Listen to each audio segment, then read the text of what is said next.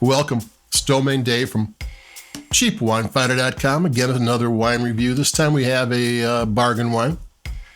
It's, what's the name of it? It's Big Churn Chardonnay 2021. It's a $6.99 wine from, $6.99 at Trader Joe's. On the internet, it was anywhere from $8 to $12. And the claim to fame for this little Chardonnay is that it is old school, classic, buttery Chardonnay, which is not that easy to do for $6.99, though. Not even easy to do for the $8 to $12 price range at places other than Trader Joe's. One of the reasons why to get butter flavor into a wine, you need oak barrels, malolactic fermentation, and you need batonnage, which is stirring the lees on a fairly regular basis. The lees are the dead yeast and bits in with the wine during the aging process. And the more you stir, the creamier, not steer, there's no steers involved.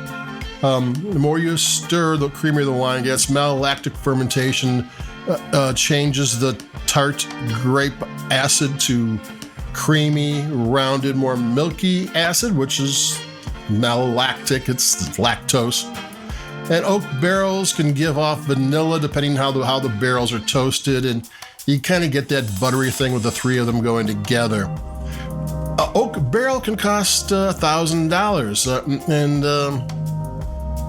this is a $7.99 wine. Though I do say it is more expensive if you buy it elsewhere. I'm gonna take a taste of this one.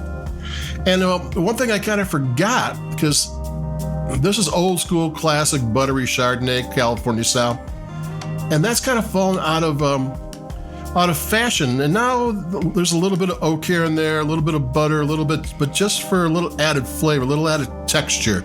It's not the main ingredient anymore, and this one is unabashedly old school. So I'm gonna take a sip.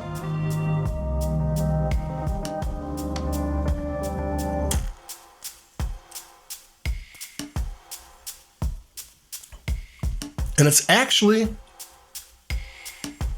fairly balanced considering it's going for the old school buttery thing.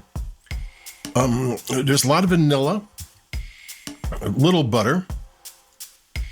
It's got apples, it's got lemons, it's got maybe some guava. It's like a brighter tropical fruit, maybe some dried pineapple.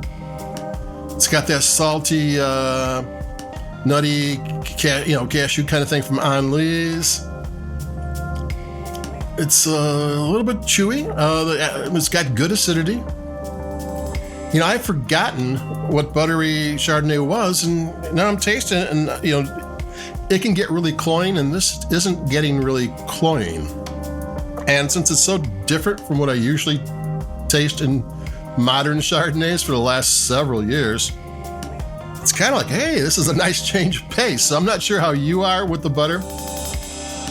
One thing I hear a lot is from people who say, I don't like Chardonnay, it's too buttery or too oaky, or and yeah, it's not. Every Chardonnay is different, and they don't really do that anymore. When I go to these store tastings, people say that, I just basically think, you haven't tasted many, have you? Because you're making statements that aren't particularly true. But not being true about wine is common, so what can you do? There's so many wines out there, it's hard to get it all under one roof, You're going to be wrong somewhere. So I'm going to take another sip, and like I said, this is it's an unabashed old school Chardonnay, though it doesn't go all the way to some of those old Napa style ones, which were almost hard to drink.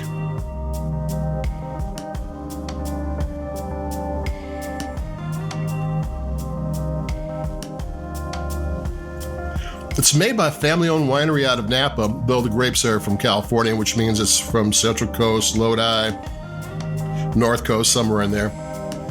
And it's a company that they have 25 years experience. They're the 10th largest. I have the links to them in there. 10th largest winery in California. They make 3.5 million bottles of wine a year, and you probably never heard of them before, which is kind of funny. And they make wine for a lot of people. They make their own brands. Plus, they make labels for everybody else. So this one is kind of in between, I think. I think they make it for Trader Joe's, but sell it in places where Trader Joe's don't exist. So if you've forgotten what California old school Chardonnay tastes like, you want to give it a taste for not so much money, $7, this is for you. If you just like a lot of flavor in your Chardonnay and you don't want to pay a lot of money, this is for you.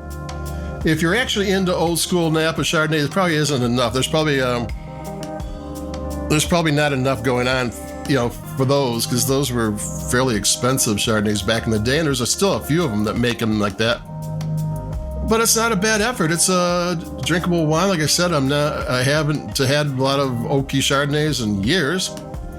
And this isn't too oaky. This is more vanilla, a little maybe butterscotch than it is oak.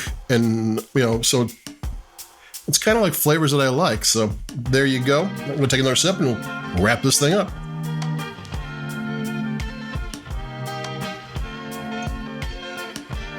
Yep, that's it for me. It's worth trying. It's definitely worth trying. We did the 2015 version of it too. This is our second time at it, 2021 version. And like both of them, the price was still the same. The 2015 version was $6.99 too. So there you go. They managed to keep together, and they managed to keep the theme going too. So like us, or like your podcast, if you will. It always helps. We appreciate it. I've got a $20 Oakville Trader Joe's Cabernet Sauvignon coming up in a couple of days that they say is from one of the leading Oakville producers, and we'll talk about that there, but most of the big names in Napa are from there. So that's it for me. Domain Dave from cheapwinefinder.com with the Big Churn Chardonnay 2021. Keep it cheap. Adios. Stay safe, stay warm and healthy, and I'll be talking to everybody in a couple of days. Bye-bye.